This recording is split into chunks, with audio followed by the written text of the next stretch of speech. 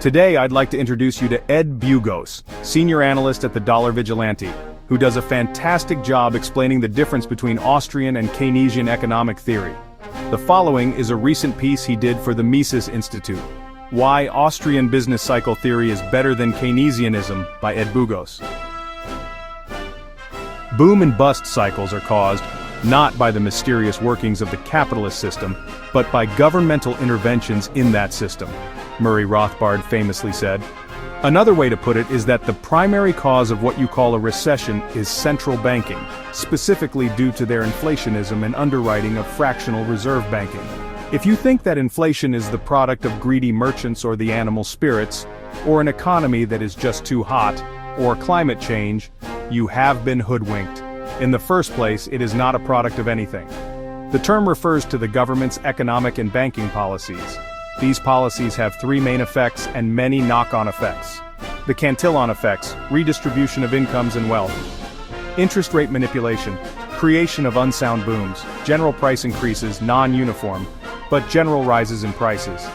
One of the knock-on effects is a potential run on confidence, which results in a crack-up of the policy, economy, and currency.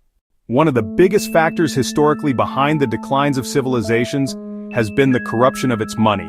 It is usually the beginning and can last a century.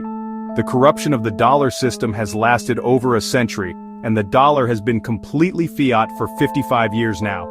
In this time period, it has lost 99% and 85% of its value, respectively since 1913 and 1971. This article will deal with the second effect above, the manipulation of interest rates, which results in the business cycle. Every economic school, other than the Austrian school, blames it on the inherent instability of the capitalist system.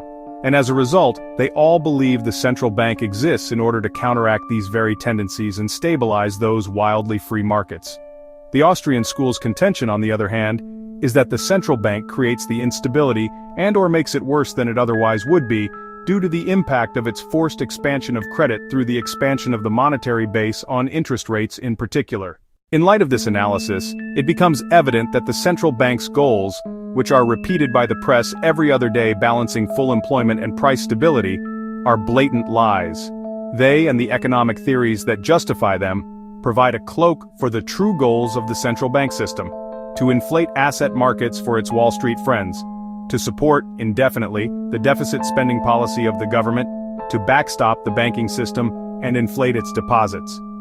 Basically, the central bank is a tool for the theft of income and wealth for the establishment bankers, Wall Street dealers, and the pork barrel interests that influence government the most, as well as for the bureaucrats themselves, as they use it to grow the size and scope of government over time. We recognize that all of those things are justified by mainstream media, but the justifications are fallacious. Notwithstanding, debunking them is not our purpose here. For a more in-depth understanding of the economic theory behind it, there are several publications cited here.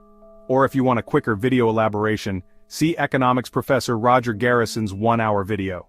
You may regard this elaboration as an intro or summary explanation of the theory, but with a focus on the difference between boom and growth.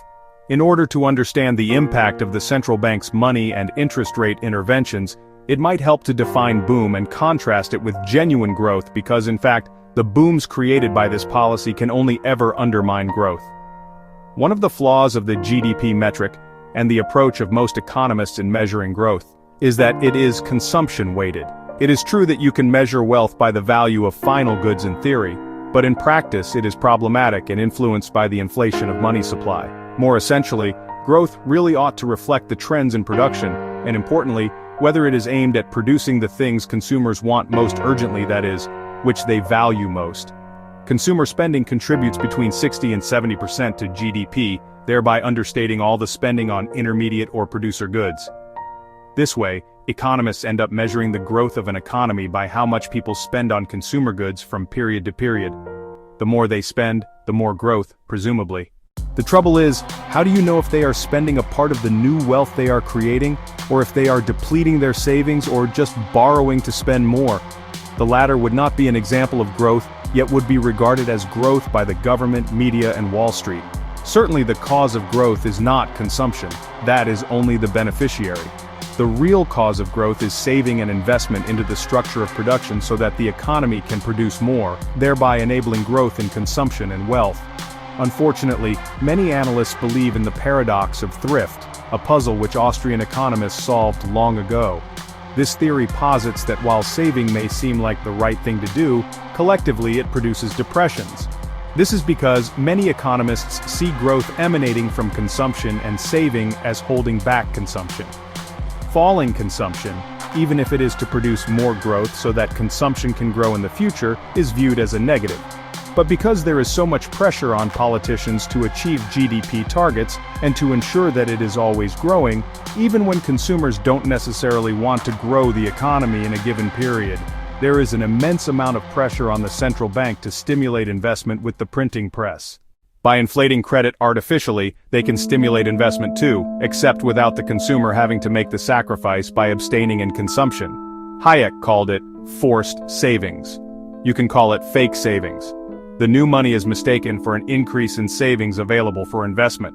But because capital is scarce and cannot be created out of thin air, if there is no curtailment of consumption, the resources, capital, and labor committed to another section of the production structure will have to be bid away to where the investment bankers want to direct it.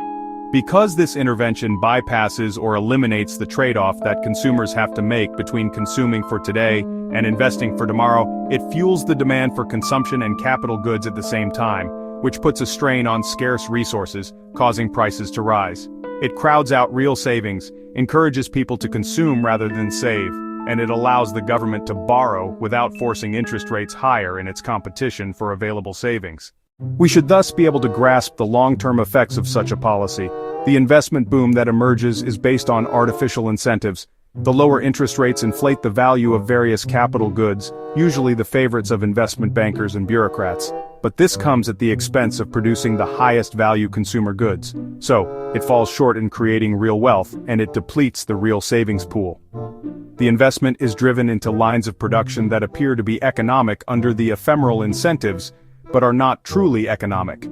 This is not realized until the incentives have to be revoked, which typically happens when either prices rise so much that the central bank loses control of interest rates, or when the central bank revokes the accommodative policy to forestall that point, or for political reasons.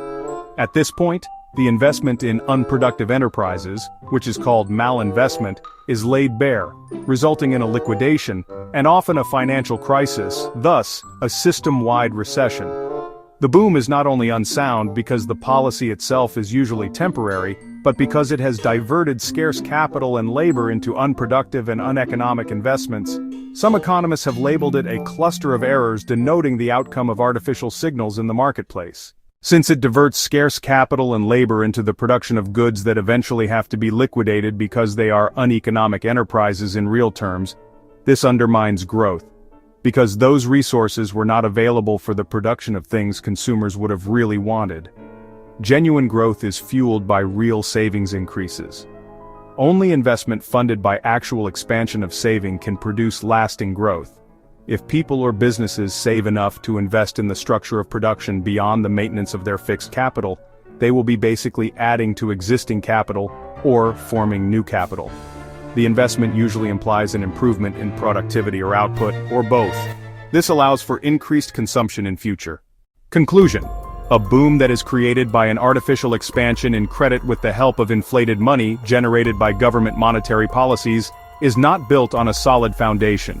And when the policy has to be reversed, or when the imbalances come home to roost, the malinvestments are revealed as uneconomic. Thus, the market proceeds to liquidate them.